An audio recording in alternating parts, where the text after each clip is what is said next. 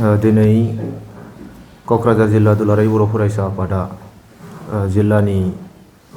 गाहाय मावख' माइगं हाउसाव जिल्ला आफादनि ब्रैथि रोंग'सा सायख' आनजाद बिनि फिथाइखौ फोसावनो थाखाय बर' खौरांगिरि बिथांमोनखौ हांख्रायदों। बेवहाय बाहागो जानो हानाय जोंनि बर'नि गासैबो खौरांगिरि नोंथांमोन आरो बे हाबाफारियाव बाहागो जानो हानाय क'क्राझार जिल्ला दुलाराय बर' फरायसा आफादनि सोलोंथाइ नेहाथारि हांगामा नार्जारि, लोगो सोलोंथाइ नेहाथारि बिजय बसुमतारी बिथांमोन आरो बेवहाय जोङो दिनै जोङो बयबो मिथिखागौ जे दुलाराय बर' फरायसा आफादा आथिखालाव हारिनि फारफ्रोमबो जेंना जेंसिखौ बोस्रांनायनि हाबा मावनायजों लोगोसे सोलोंथाइ बिथिंखौबो जुनियायै जोङो बोरै जौगाहोनो हायो बिनि सायाव हाबा मावबाय थादों आरो आथिखाल मिरु दुलाराय बर' फरायसा आफादा गुन गोनां सोलोंथाइनि जे जांख्रिखांनाय बेबायदि मोनसे मिशन फोसावनानै हाबाफारि लाबाय थादों। जोंनि बे जिल्ला आफादनि रोंग'सा सायख' आनजादाबो बे गुन गोनां सोलोंथाइनि जांख्रिखांनाय मोनसे मावथांखिनिनो मोनसे आयदाफारि। दा बेखौहाय जोङो ब्रैथि खेबनि बे आनजादखौ थांनाय डिसेम्बर दाननि 14 अक्ट'खालि गासै जिल्लानि सिङाव थानाय 65 आनजाद मिरुफोराव जोङो 5210 थाखो 6, 7 आरो 8नि थाखाय बे आनजादखौ खुंदोंमोन आरो दिनैहाय जोङो दिनैनि सानसिमाव बे आनजादनि जेनाखि फिथाइ बेखौ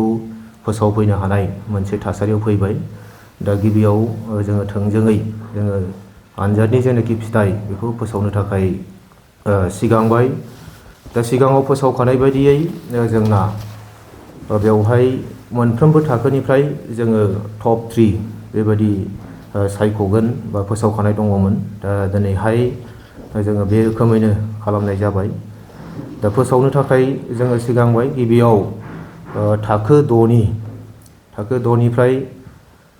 सेथि मासियाव जायगा आवग्रिनो हानाय जोंनि फरायसा बिथाङा जाबाय फुलुं बसुमतारी, UN एकाडेमि क'क्राझारनिफ्राय गासै 80 जौखोन्दो बिथाङा मोननो हादों आरो बे एखे मासियावनो अर्थात थाखो 6नि सेथि मासियाव सानै फरायसाया जोंहा सेम नाम्बार लानानै उथ्रिसारनो हादों बा सायख'जादों। सासेया जाबाय अनसुमा बसुमतारी, जोंमा बड' फरायसालि पाटगावनिफ्राय आरो नैथियाव सोगोमसाद मुसाहारि, बड'लेण्ड पाब्लिक एकाडेमि दुमारिगुरि, बिथाङा 77.50 मोननो हादों आरो थामथियावहाय जोंहा सानै फरायसाफोरा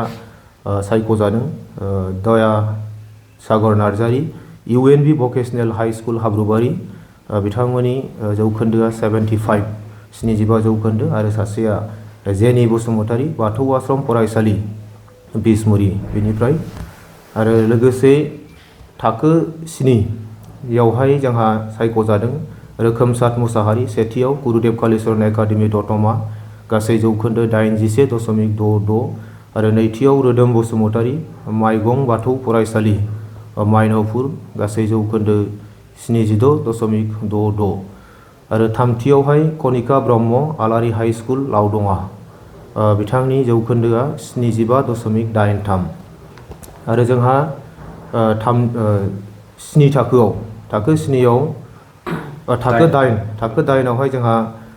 सेथि सारियाव सायख'जादों हनि बरगयारि, थिथागुरि हाइ स्कुलनिफ्राय गासै जौखोन्दो 71.66 आरो नैथियाव नोरोमसाद बसुमतारी, जोंमा बड' फरायसालि पाटगाव, 70.83 जौखोन्दो आरो थामथियाव कुनजुलि नार्जारि, बड'लेण्ड पाब्लिक एकाडेमि दुमारिगुरि, जौखोन्दो 70 आरो जोङो सिगाङावनो फोसावखानाय बायदि दिनै मोनफ्रोमबो थाखोनिफ्राय जाय फरायसाफोरखौ टप 3 सायख'खांगोन आरो बिनि उनाव जाय फरायसाफ्रा नैथि जौसिन सारियाव जायगा लानो हाबावगोन बै फरायसाफोरखौबो कनसलेसन बेबायदि जोङो बान्था होनो थाखाय फोसावखानाय लेखायै जोङो थाखो 6आव मोननो हादों जसमिना ब्रह्म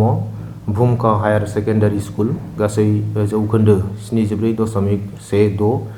आरो नैथियाव जेनिका ब्रह्म, बिथाङाबो भुमका हायार सेकेन्डारि स्कुलनिफ्रायनो 71.16 आरो थाखो 7आवहाय जोंहा मनिराज बरगयारि माइनाव सोरां फरायसालि सिम्बोरगाव गासै जौखोन्दो 75 आरो नैथियाव टिना नार्जारि माइगं बाथौ फरायसालि माइनावपुर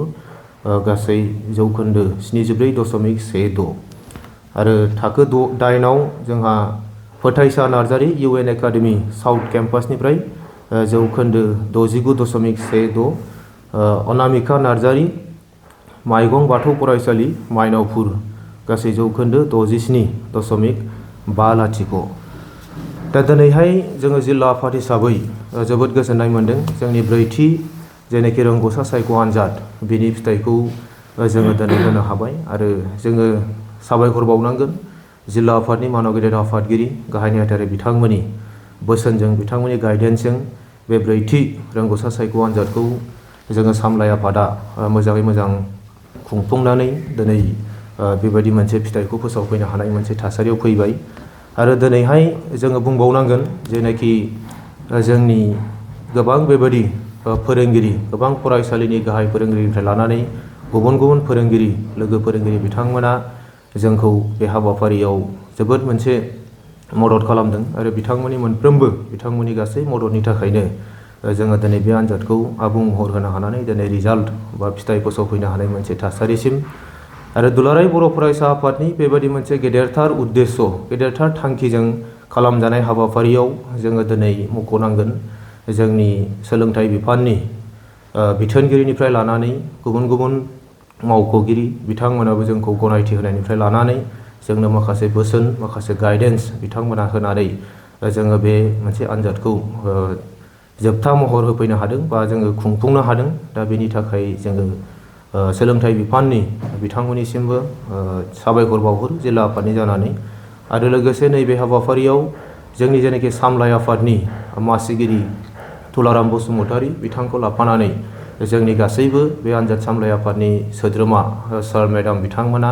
जोंखौ जोबोद मोनसे मदद होनायनि गेजेरजों बिथांमोना जोबोद बेस्थ'थानि गेजेरजोंबाबो जोंनो जेनाखि मावनानै होबाय दा बेनि थाखाय जोङो बिथांमोननिसिम जेब्लायबो साबायखर बावनाय बियो थागोन दा दिनैहाय जाय फरायसाफोरा सायख'जाबाय बे फरायसाफोरनिसिम जोङो जिल्ला आफादनिफ्राय